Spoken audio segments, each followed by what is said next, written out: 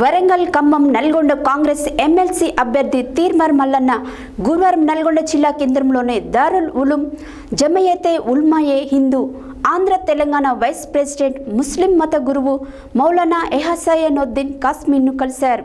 ఈ సందర్భంగా మౌలానా ఎహసానుద్దీన్ కాస్మీన్ ఎమ్మెల్సీ ఎన్నికల సందర్భంగా తమ మద్దతు కాంగ్రెస్ పార్టీ తీర్మార్ మల్లన్నకి అని స్పష్టం చేశారు. అనంతరం వారు మాట్లాడారు. వరంగల్ ఖమ్మం నల్గొండ కాంగ్రెస్ ఎమ్మెల్సీ అభ్యర్థి తీర్మార్ మల్లన్న గురువారం నల్గొండ జిల్లా కేంద్రంలోని దారుల్ ఉలూం జమాయతే ఉల్మాయే హింద్ ఆంధ్ర తెలంగాణ వైస్ ప్రెసిడెంట్ ముస్లిం మత గురువు మౌలానా ఎహసానుద్దీన్ కాస్మీను కలిశారు. ఈ సందర్భంగా మౌలానా ఎహసానుద్దీన్ కాస్మీ ఎమ్మెల్సీ ఎన్నికల సందర్భంగా తమ మద్దతు కాంగ్రెస్ పార్టీ తీర్మార్ మల్లన్నకి అని స్పష్టం చేశారు. అనంతరం ఆయన మాట్లాడుతూ సోషల్ మీడియా వేదికగా ఎన్నో సమస్యలపై పోరాడిన మల్లన్న కాకుండా ఎవరైనా ఎన్నుకోవడం జరిగిందని, నిరుద్యోగులైన వారి బాధ్యతను అర్థం చేసుకోవడం మల్లన్నకే సాధ్యమని అన్నారు. ఈసారి ఎమ్మెల్సీ ఎలక్షన్లో తీర్మార్ మల్లన్నకై మెజారిటీ మద్దతు తెలుపుతూ ఉన్నారని వెల్లడించారు. అనంతరం జిల్లా కేంద్రంలోని గ్రంథాలయంలో నిరుద్యోగులు పట్టభద్రులతో కలిసి వారు ముచ్చటించారు.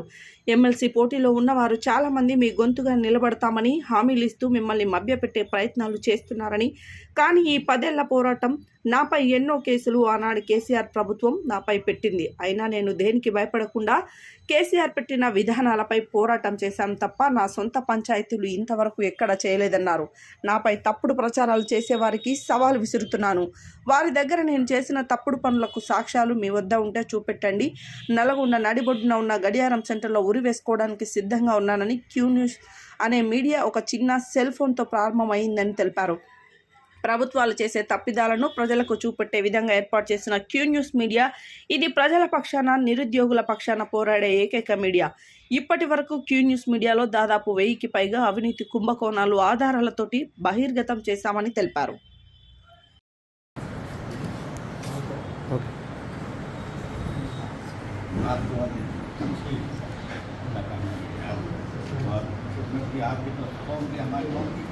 सब पिछड़े हुए लोगों के लाभ जिंदगी भर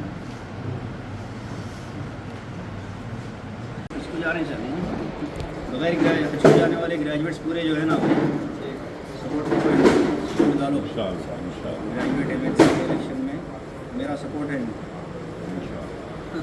ओपनली बोलना ना नहीं, बहुत डायनामिक और मैं बहुत इंस्पायर हूँ इनसे बात करना है। एज कम है मगर बहुत కనీసమైన వ్యతిరేకంగా మాట్లాడుతూ ఒక్కటి లేనప్పుడు ఎవడో ఒకటి కావాలి కదా అని బయటకు ఇప్పటి వరకు చాలా మంది తీర్మార్ మల్లన్న వచ్చారు. చాలా మంది ప్రశ్నిస్తాం, చాలా మంది గలాలు ఎత్తుతాం, చాలా మంది గుర్తుపలు గడపారం లాకెళ్ళిపోయింది వ్యవహారం. కానీ ఈ 10 ఏళ్ల కాలం పాటు నేను చేసినటువంటి పోరాటంలో దాదాపు ఒక 60 నుంచి 70 కేసులు నా మీద పడి ఉంటాయి. ఆ 70 కేసులలో ఏ ఒక్క కేసు కూడా తీర్మార్ మల్లన్న ఇంటి పంచాయతీ కాదు. ఏ ఒక్క కేసు కూడా తీర్మార్ మల్లన్న ఇంటి పంచాయతీ కాదు. నాకు గెట్టు పంచాయతీ లేదు, నాకు భూమి పంచాయతీ. ఈ ప్రతి పంచాయతీల్లో కేసీఆర్ ప్రభుత్వం చేస్తున్న విధానాలపైన పోరాటం చేసినప్పుడు జరిగినటువంటి కార్యక్రమం. నేను కూడా TV5లో లాస్ట్ జాబ్ చేసిన, నేను రిజైన్ చేసేటానికి నాకు 2.5 లక్షల రూపాయల జీతం. నేను రాసినటువంటి వార్తను ఎవరన్నా కట్ చేస్తే నా మనసు ఒప్పుకోలేదు. నేను ఆ వార్తను ఏదో రూపకంగా మళ్ళీ బయటికి రిలీజ్ చేయాలని చూస్తున్నాను. అందుకోసం ఏదో దాంతో ఏదో ఫ్యాషన్ చేద్దామా, ఫ్యాషన్గా చేసిన వర్క్ తప్ప క్యూ న్యూస్ అనే ఒక సంస్థ పెట్టాలి, తద్వారా ఇది చేయొచ్చని చేయలేదు. కేవలం నేను, నా మనోజ్ అనేటువంటి ఫ్రెండు ఒక సెల్ ఫోన్ ద్వారా చేసినటువంటి ఒక ప్రయత్నం. అది క్యూ న్యూస్ అనేటువంటిది పెట్టిన తర్వాత తద్వారా మీ అందరికీ తెలుసు క్యూ న్యూస్లో దాదాపు ఒక 1000 కుంభకోణాలు బయటపెట్టింటారు.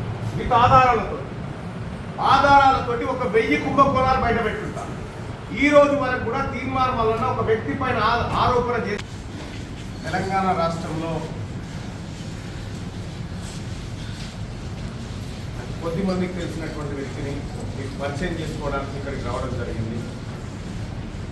మీ అందరికీ తెలిసినటువంటి విషయాలు, తెలంగాణ రాష్ట్ర ఏర్పాటు తర్వాత జరిగినటువంటి పరిణామాలు, ఆ పరిణామాల క్రమంలో నిరుద్యోగ యువత చేసినటువంటి ఒక అమోఘమైనటువంటి పోరాటం వల్లనే తెలంగాణ రాష్ట్రం ఏర్పాటైంది.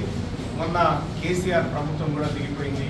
ఇందులో మీ పాత్రను విస్మరించడానికి వీలైనటువంటి అంశం.